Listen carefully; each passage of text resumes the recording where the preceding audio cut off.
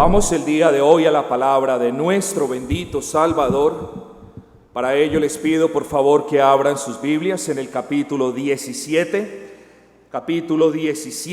del Evangelio de Mateo. Mateo 17, 2 nos dice la palabra del Señor: y Jesús se transfiguró delante de ellos, eso fue el Señor Jesucristo, y resplandeció su rostro, el rostro de Cristo, esto queda claro, como el sol, y sus vestidos se hicieron blancos como la luz.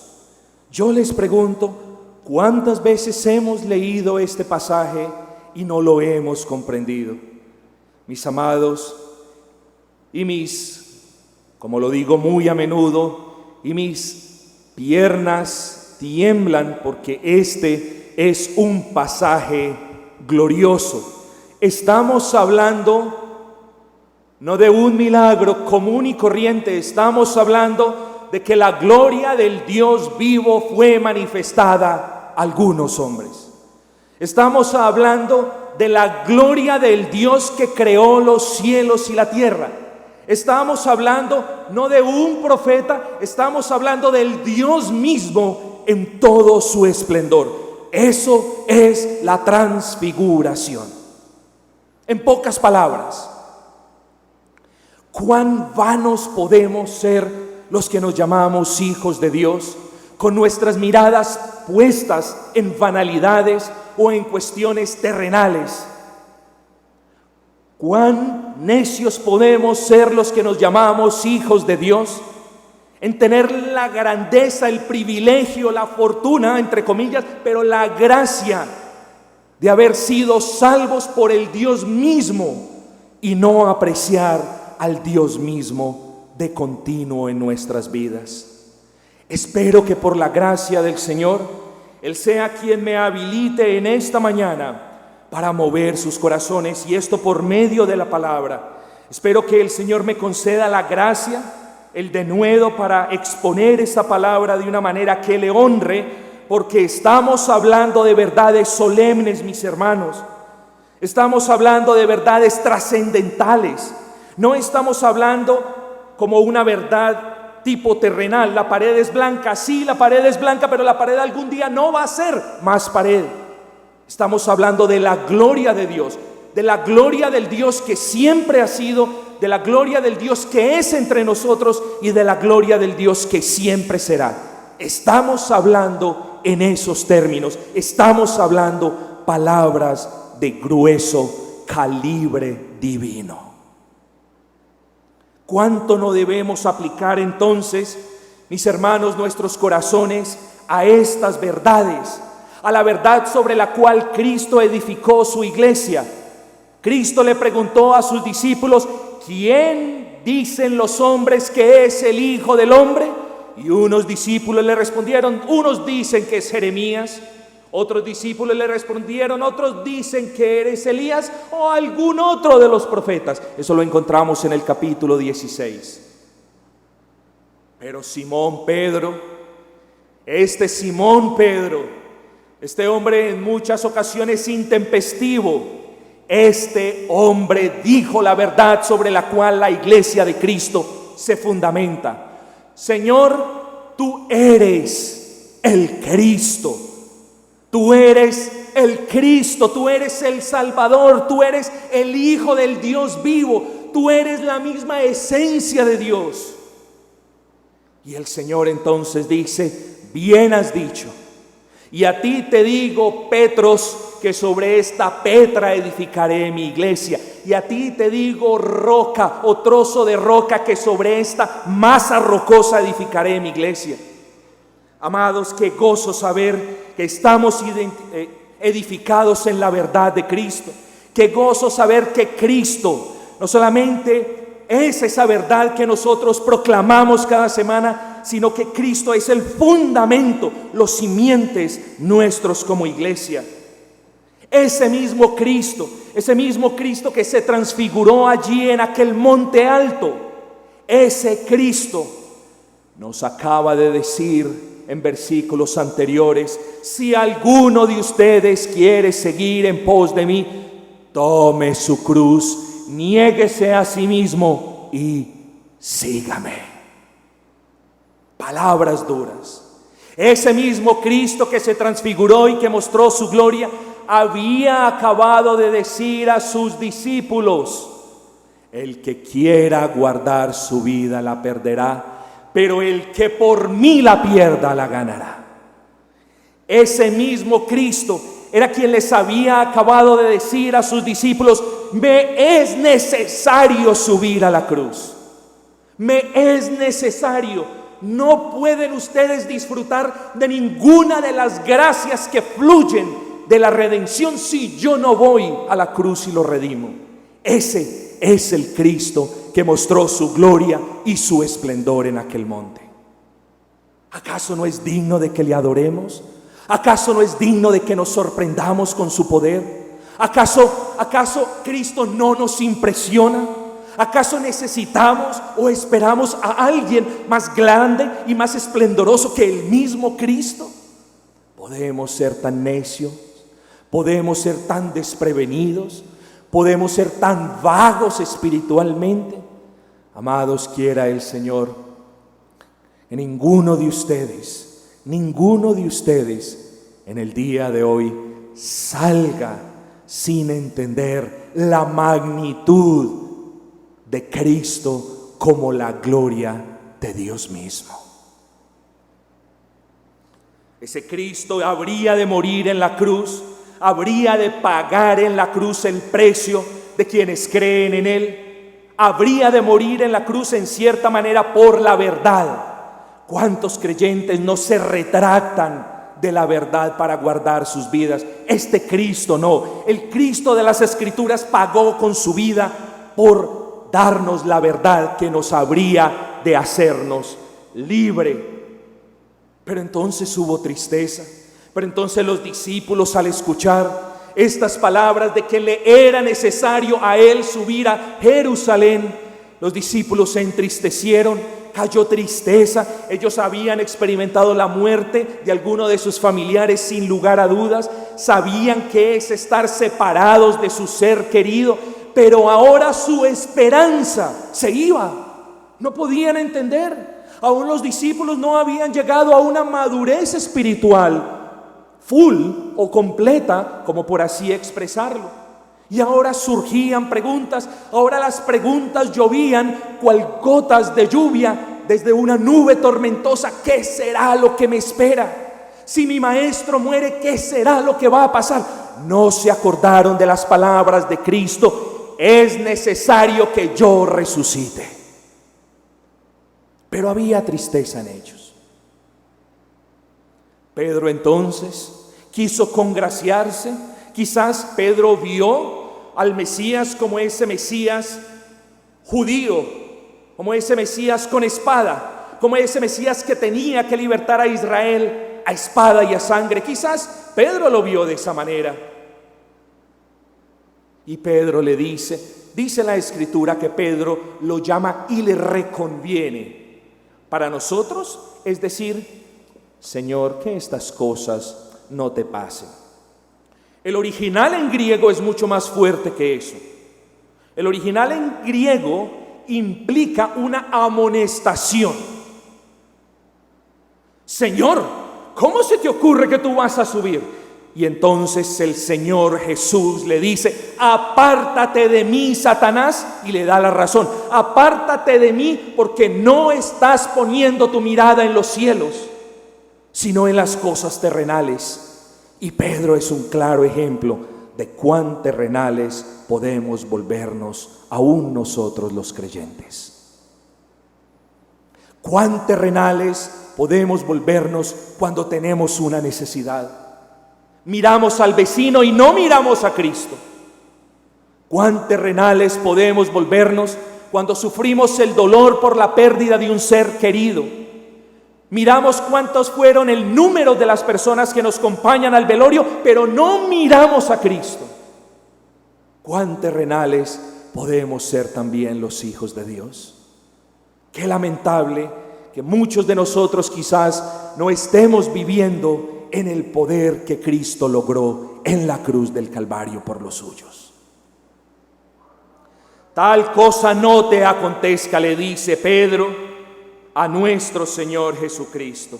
El Señor dice, era necesario, y queridos hermanos, después de 6 días, miren el versículo 1, 6 días después, Jesús tomó a Pedro, a Jacobo y a Juan. Pedro, Jacobo y Juan, los mismos discípulos que estuvieron con él cuando el Señor resucitó la hija de Jairo. Los mismos discípulos que estuvieron con él cuando el Señor derramó gotas de sangre en Getsemaní. Eran los mismos discípulos que ahora lo acompañaban en este grandioso, en este glorioso momento. Pedro, Juan y Jacobo. No estamos hablando de preferencias. Había una relación especial del Señor con estos discípulos. No estamos hablando de roscas. No estamos hablando de cuestiones triviales. Estamos hablando de que en la bendita y soberana providencia del Señor, Él escogió a estos 3 discípulos siempre para mostrarles o para enseñarles algo particular. Pedro, aquel hombre intempestivo, aquel hombre que negó a su maestro, ese mismo Pedro fue quien abrió las puertas de la iglesia a los judíos en el día de Pentecostés. Pedro, ese mismo Pedro fue el que abrió las puertas de los gentiles en la casa de Cornelio. Juan, ese discípulo amado que fue expulsado de su nación, al Señor le concedió días para que escribiese como ningún otro apóstol escribió acerca de la divinidad de Cristo. Santiago, el primero de los discípulos a ser inmolado, el primero de los apóstoles que dio su vida por Cristo. A estos 3 tomó el Señor Jesús y los llevó aparte. Quería tener un poco de intimidad con ellos, quería enseñarles algo grandioso a ellos y los llevó aparte a un monte alto. No vamos a discutir si fue el monte de Hermón, si fue el monte Tabor. Unos dicen uno, otros dicen otro. Lo cierto del caso es que era un monte alto donde ellos subieron porque tenían en la providencia del Señor que aprender una lección grande para sus vidas, una lección esencial para sus ministerios, y ellos como fundamentos de la iglesia o pilares de la iglesia habrían de transmitir a partir de ese momento lo que habían visto.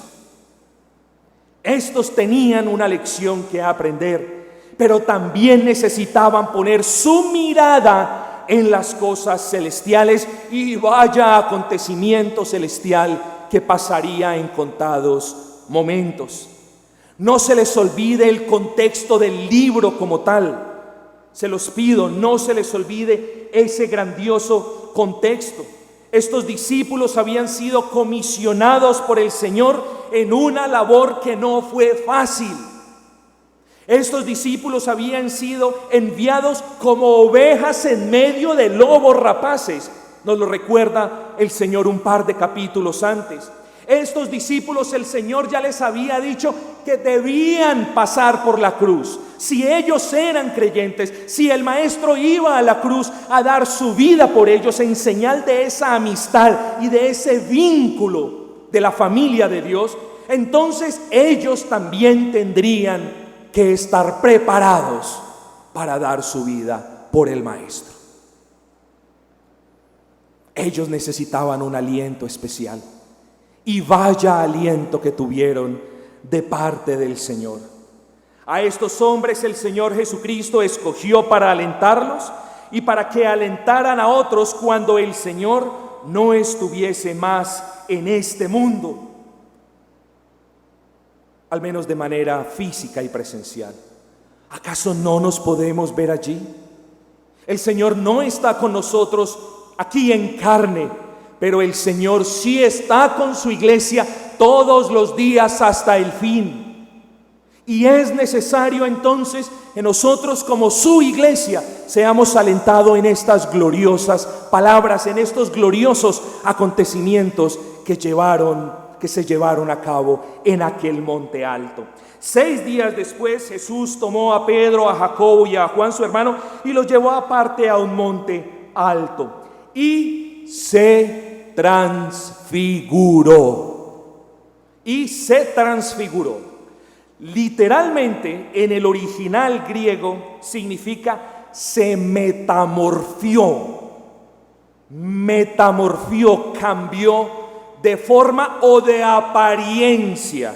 Mucho cuidado porque no cambió de esencia.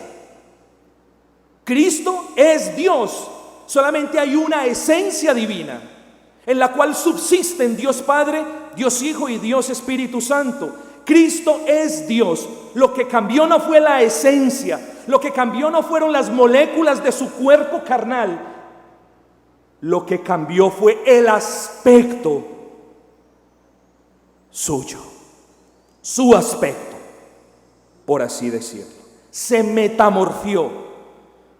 El ejemplo más patente que nosotros podemos traer a nuestras mentes es la larva fea, la larva repugnante, la larva que se arrastra, la larva que nadie quiere y la hermosa mariposa que está volando días más tarde. La hermosa mariposa que está desplegando su esplendor con majestuosidad y con un arco iris de colores raras veces visto en otros animales. Esa metamorfosis es una palabra adecuada para que nosotros entendamos la transfiguración. Fue el cambio de apariencia o de forma. No hubo cambios ni en su naturaleza humana y tampoco hubo cambios en su naturaleza divina. Solamente hubo una manifestación externa, clara, evidente de quién era Él. Él era el Cristo y ahora, mis amados, se los estaba manifestando con poder y con gloria. Él era el Cristo, el Hijo del Dios vivo, la misma sustancia del Dios vivo, el reflejo perfecto de la gloria del Dios vivo, y ahora lo estaba mostrando a los suyos. Cuán pocas veces apreciamos estas grandes verdades, mis amados. Cuánto nos gusta que nos hablen que Dios va a proveer, cuánto nos gusta que nos hable Dios nos va a cuidar, y eso está bien, mis amados hermanos, pero movamos nuestros corazones a gozarnos, a deleitarnos y, por así decirlo, a perdernos en medio de estos grandes bosques de fructíferas verdades. Deleitémonos en estas verdades, mis amados. Arranquemos del fruto de estos árboles de las verdades y saciémonos de esta verdad, porque son estas verdades las que nos mueven, las que inclinan nuestros perversos corazones a amar a Cristo, a apreciarle más, a gozarnos más en Él, a estar más atentos de Él cuando leemos la palabra. Versículo 2, y se transfiguró delante de ellos. ¿Pueden entender ustedes eso? El Dios de todo honor, el Dios de todo poder, el omnipotente, quien creó los cielos y la tierra de la nada, quien resucitó muertos, el Dios omnipotente, omnisciente, veló su gloria en un pesebre en Belén. Veló su gloria. No quitó parte de su gloria, no le dio su gloria a otros, no veló su gloria, escondió su gloria en un cuerpo mortal. Sí, en un cuerpo engendrado por el Espíritu de Dios en el vientre de María, en un cuerpo que no llevaba, que no traía, que no heredaba el pecado original, pero veló su gloria, escondió su gloria, su hermosura y su belleza en un cuerpo como el tuyo y como el mío. Ese es nuestro Dios. Las otras religiones se preguntan, ¿Dios se hizo hombre? Y nosotros respondemos, gloria a Dios, porque el Dios nuestro tiene el poder aún para hacerse hombre. Ese es el Dios que nos habla la palabra. Este Dios que en la eternidad pasaba siempre fue glorioso, que es glorioso y que continuará siendo glorioso en virtud de su inmutabilidad, en virtud de que Dios no cambia y en virtud de que en Él no hay variación ni manchas. Ese Dios tomó forma de hombre en la persona de Cristo, escondió su gloria en un cuerpo mortal. La gloria que Él mismo ocultó al hacerse hombre, ahora la desplegó por un momento y se mostró como la esencia misma del Dios vivo. Ese es nuestro Cristo, mis amados. Nuestro Cristo no es un mero buen maestro, nuestro Cristo no es un buen profeta, nuestro Cristo es Dios mismo hecho carne. Y allí en este alto monte se lo mostró así a estos discípulos. Tiempo después, Juan mismo,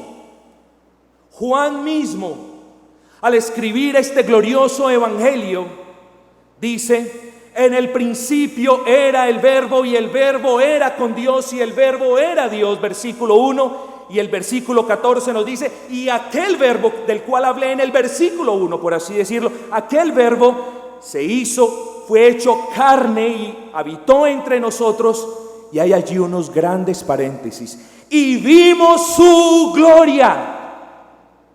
El apóstol Juan vio la gloria de Dios allí en aquel monte.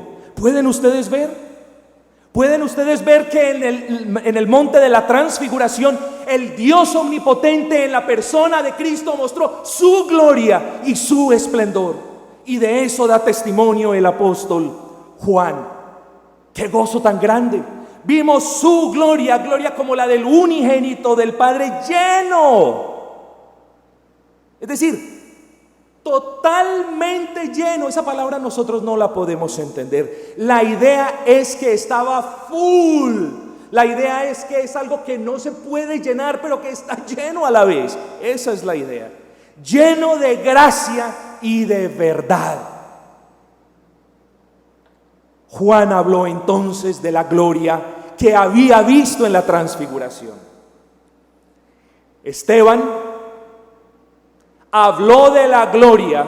Él no la vio en la transfiguración, por supuesto, pero después de que el Señor Jesucristo subió a los cielos, yo me imagino a Pedro, yo me imagino a Juan, yo me imagino a Jacobo contando la bendición que habían tenido, y yo me imagino a los otros discípulos, a los 5,000 que por la gracia del Señor habían sido convertidos en las primeras predicaciones del apóstol Pedro en Jerusalén.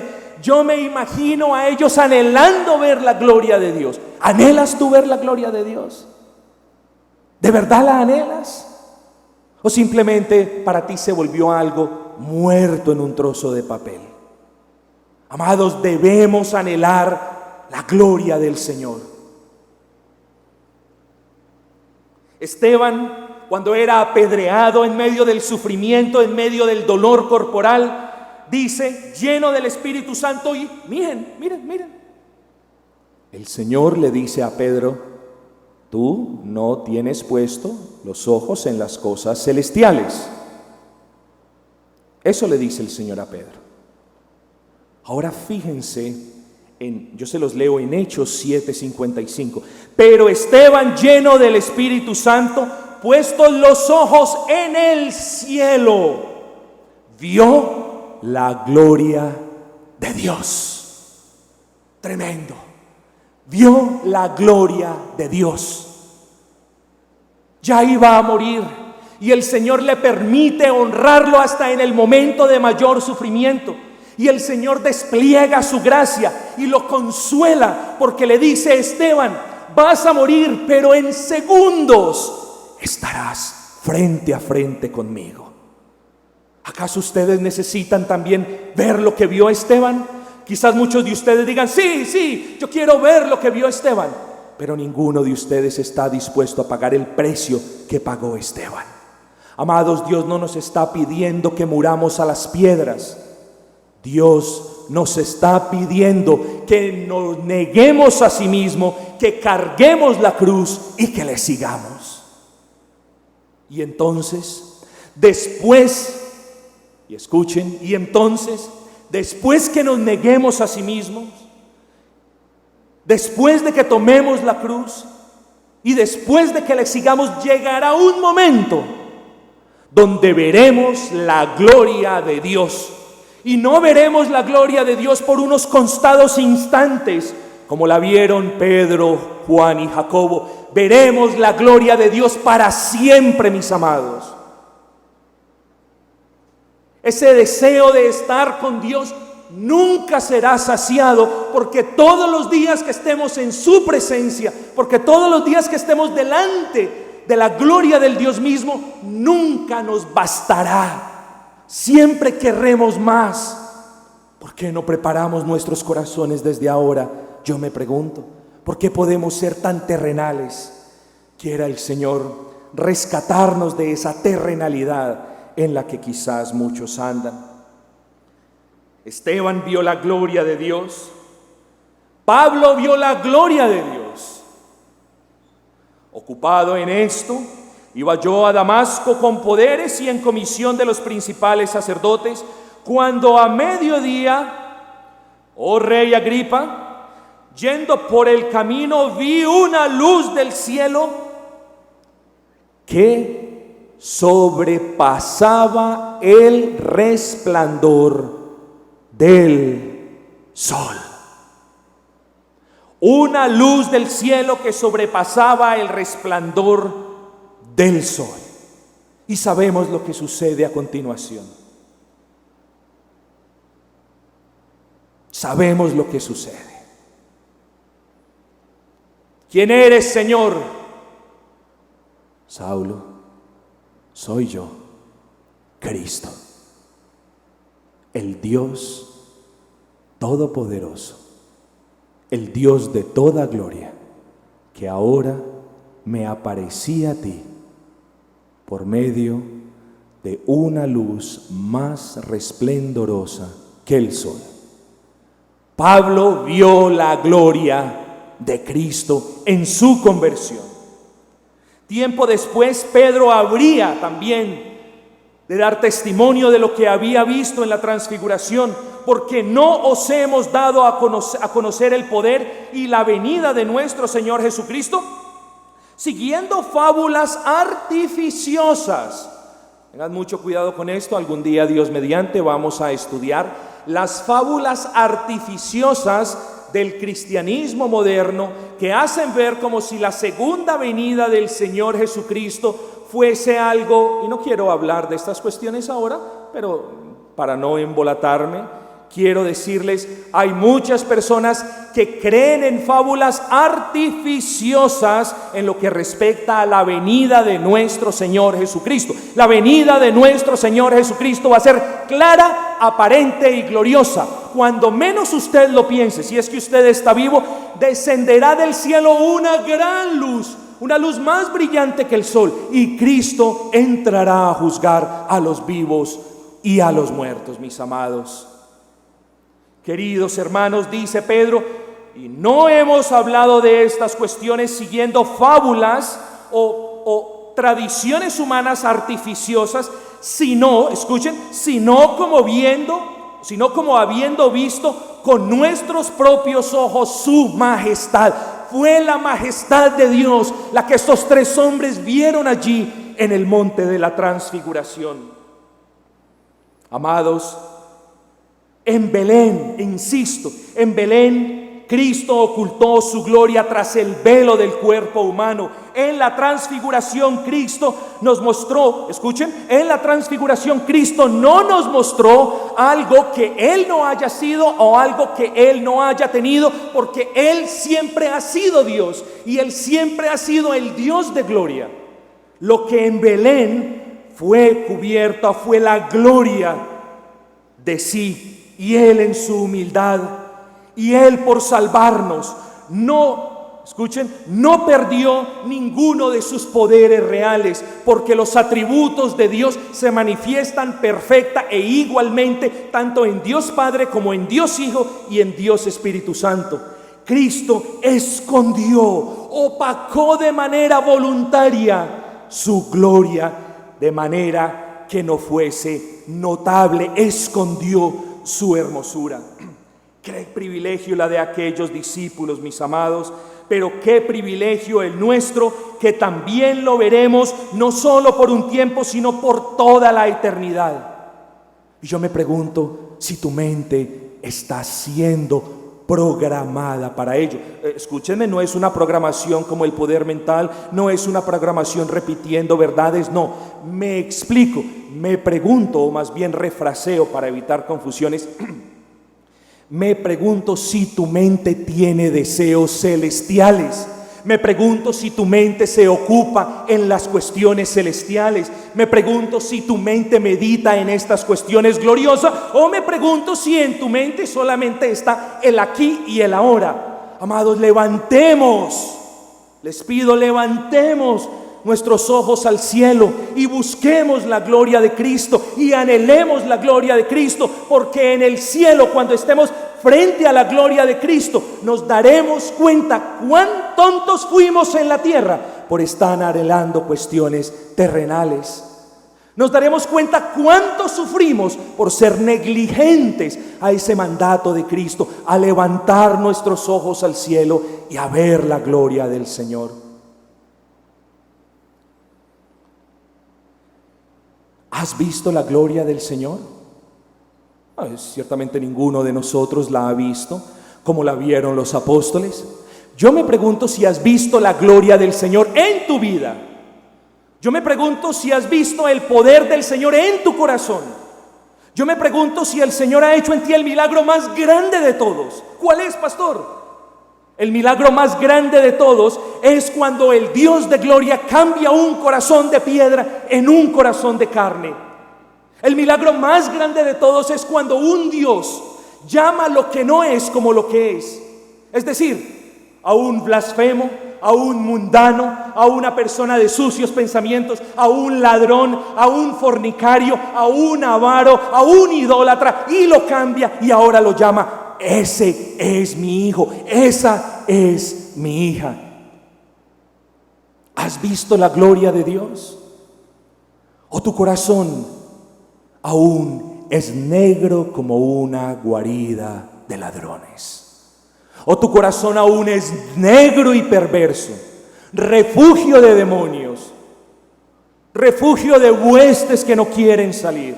Siempre estás haciendo lo malo, siempre estás ofendiendo a Dios, siempre estás hablando lo grosero, siempre estás mintiendo. ¿No has visto la gloria de Dios? Pero hoy, si te humillas delante del Señor, hoy, si crees en ese Dios de gloria que veló su gloria, tomando forma de siervo y subiendo a la cruz del Calvario para pagar el pecado de quienes creen en Él, si hoy mismo, si ahora mismo puedes ver esto y puedes creer esto y te puedes apersonar de la promesa de salvación, hoy mismo, aún aquí, mis amados hermanos, en este valle, hoy mismo podemos decir: estuvimos en el monte de la transfiguración, donde vi personalmente la gloria de Dios. Vengamos a Cristo, mis amados. Vengamos a Cristo, vengamos al Dios de gloria, pidámosle al Dios de gloria, pidámosle al Señor que nos ayude a ver su gloria.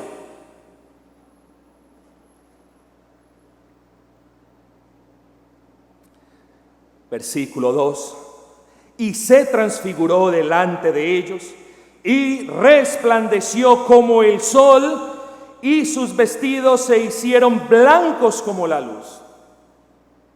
Estos dos fueron los cambios. Su rostro resplandeció y sus vestidos también. Su rostro resplandeció como el sol. Amados, es inevitable negar la relación que este versículo tiene con Éxodo capítulo 34, versículo 29. Éxodo 34, 29 me dice: y aconteció que descendiendo Moisés del monte Sinaí con las 2 tablas del testimonio en su mano, al descender del monte no sabía Moisés que la piel de su rostro resplandecía después que hubo hablado con Dios. La piel del rostro de Moisés resplandecía. ¿Por qué? Porque estuvo en la presencia de Dios. Bueno, la piel de Cristo resplandecía porque Él mismo era Dios. La piel de Cristo resplandecía más que el brillo de la luz, no porque Él haya estado en la presencia de Dios, sino porque Dios Padre testificaba que ese Hijo tenía la misma esencia. ¡Qué gran diferencia, mis amados! El uno refleja la luz de Dios, Moisés, y el otro es la luz de Dios. ¡Qué gran gozo! Ese Dios es el que verán nuestros ojos. Estos ojos que habrán de ser comidos por los gusanos. Estos ojos que un día no existirán más. Cuando nuestros huesos sean removidos de la tierra, no van a tener ojos.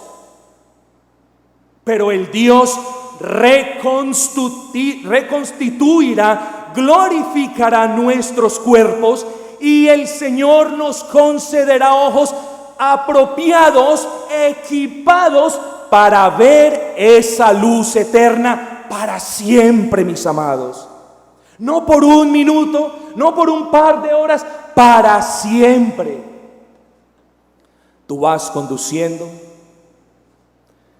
está de noche, y de repente da una curva un carro y pone las luces altas. Es lo que llaman encandilar. Y tú haces un esfuerzo grande por tener tu carro, si es que ves la raya o si es que ves la raya de la mitad, haces un esfuerzo grande y el encandilamiento va mermando. Los ojos nuestros, si se fastidian con un poco de luz, no pueden aguantar la luz, la gloria del Señor para siempre. Por lo tanto, eso nos enseña que nuestros ojos, cuando el Señor los haya reconstituido, verán al Cristo de gloria para siempre. Cristo no resplandecía, debo insistir en esto, Cristo no resplandecía porque estuviese reflejando la gloria de Dios. Repito, Cristo no resplandecía porque Él estuviese reflejando la gloria de Dios. Cristo resplandecía porque Él mismo era la gloria de Dios. Él mismo es la imagen de su sustancia, mis hermanos. Y esto nos lo dice Hebreos 1:1, claro. Dios, habiendo hablado muchas veces y de muchas maneras en otro tiempo a los padres por los profetas, en estos postreros días nos ha hablado por el Hijo, a quien constituyó heredero de todo y por quien asimismo hizo el universo, el cual, Cristo, el cual, siendo el resplandor de su gloria y la imagen misma de su sustancia.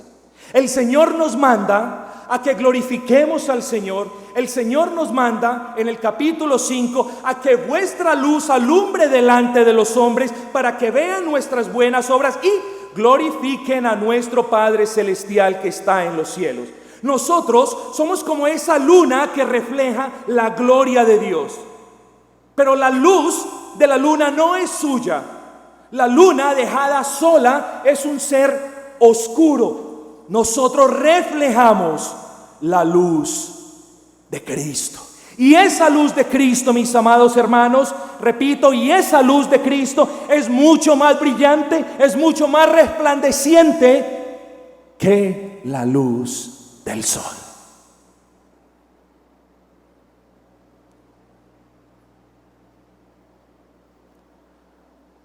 Esta noche lo hablaremos, Dios mediante. Pero una de las más grandes mentiras es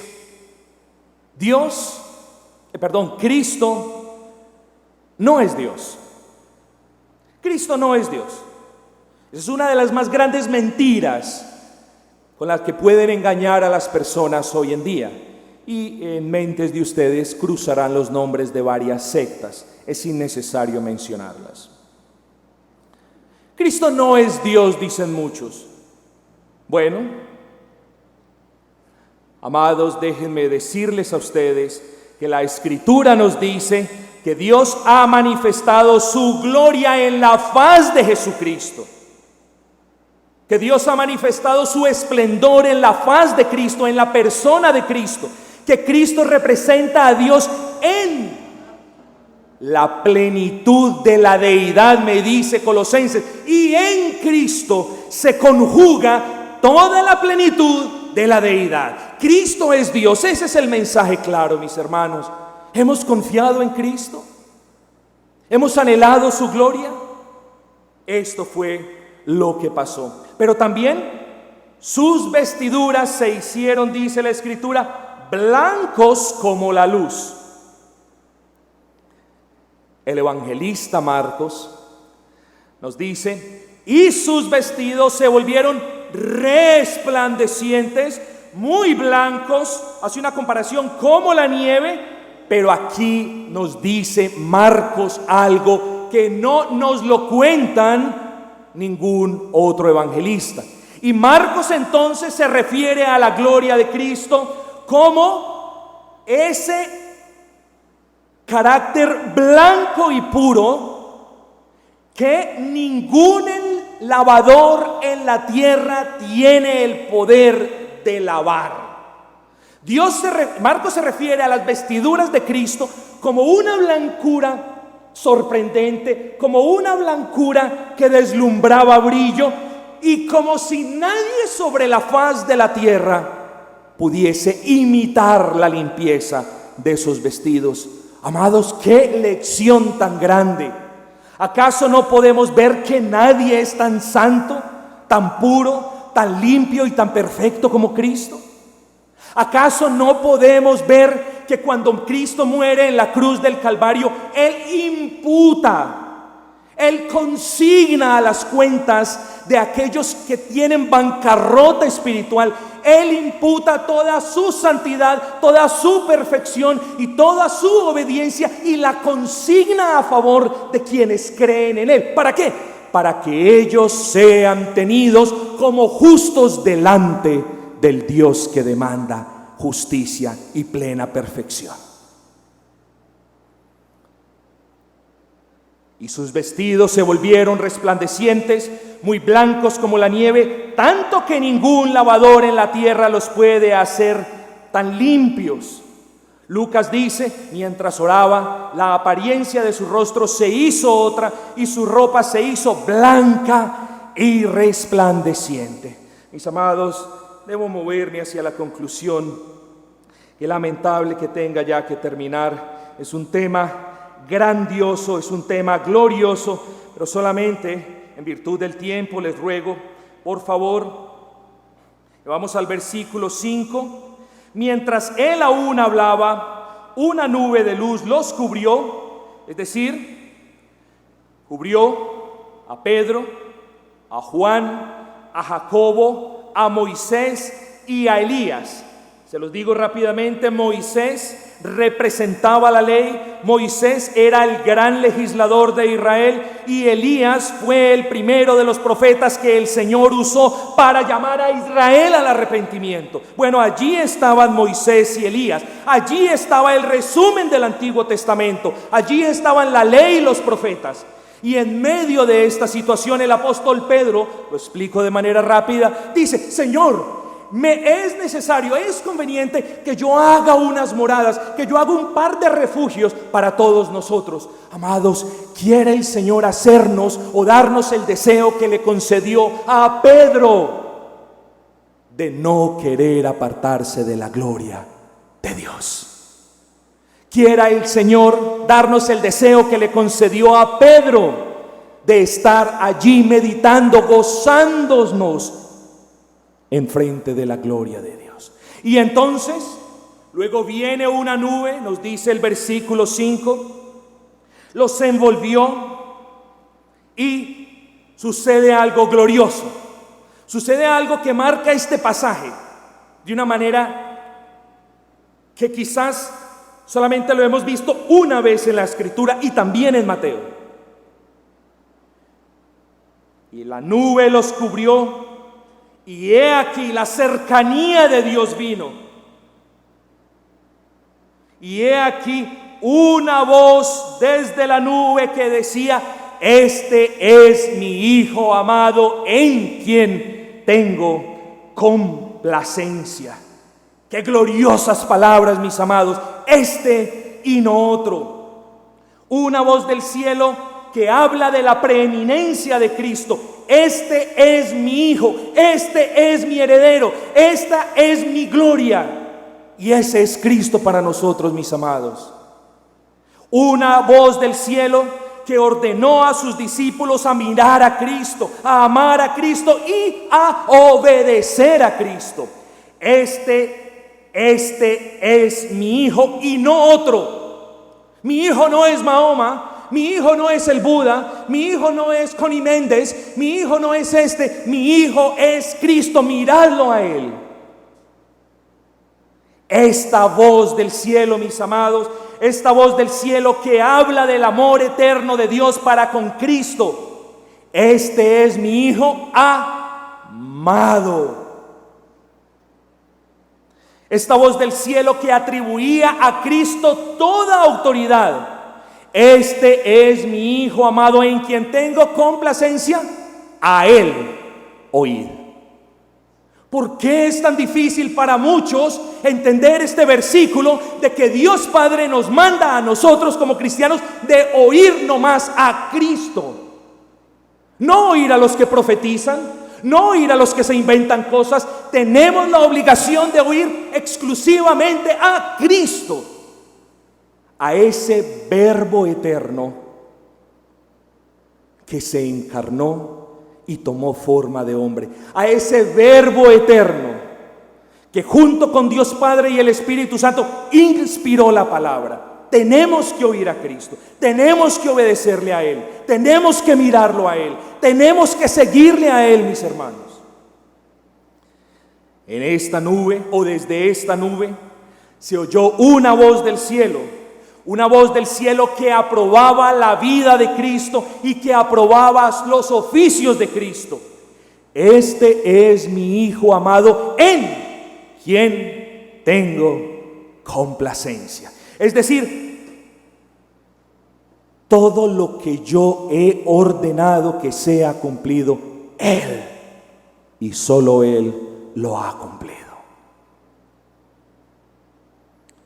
Cristo, sus oficios fueron aprobados por Dios Padre, como profeta, como rey y como sacerdote. Como profeta o como maestro que nos enseña la voluntad de Dios, a Él atender, a Él es quien tenemos que oír. Recordaos de Hebreos 1:1. Dios nos habló o les habló a nuestros padres en tiempos pasados, muchas veces, de muchas maneras, pero ahora en los postreros tiempos nos ha hablado por medio de la persona de Cristo. A Él tenemos que oír, mis amados. Dios aprobó su oficio como rey. Este es mi Hijo amado, en quien tengo complacencia. Miren qué hermoso. No dice: escuchadme a mí. Lo hubiera podido haber dicho sin lugar a dudas. Dice: escuchadlo a Él. Es una orden, está en el imperativo.